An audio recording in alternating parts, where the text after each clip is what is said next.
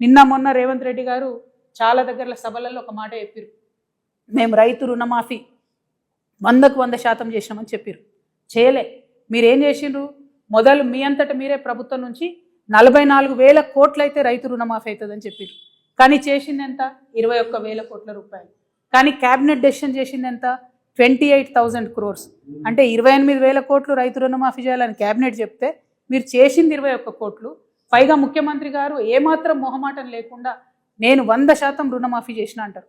నేను ముఖ్యమంత్రి గారికి ఛాలెంజ్ విసురుతా ఉన్నా, మీ మహబూబ్ నగర్ పోదామా, మా నిజామాబాద్ వస్తారా, లేకపోతే హైదరాబాద్లో సెక్రటేరియట్కి మమ్మల్ని రమ్మంటారా? జాగృతి వల్ల వస్తాం, రుణమాఫీ కానీ రైతులందరినీ తీసుకొని వస్తాం. ఖచ్చితంగా మీరు 50% మంది రైతులకు రుణమాఫీ చేయలేదు. ప్రతి జిల్లాలో ప్రతి చోట ఎక్కడికి పోయినా రైతులు బాధపడతా ఉన్నారు. నిజంగా మీకు చిత్తశుద్ధి ఉంటే ఆ ఏదైతే మిగతా 50% మందికి రుణమాఫీ కాలేదో ఈ బడ్జెట్లో పెట్టి రుణమాఫీ చేయండి. ఎగ్గొట్టకండి దయచేసి రైతులకు. రైతన్నలు ఇబ్బందిలో ఉన్నారు.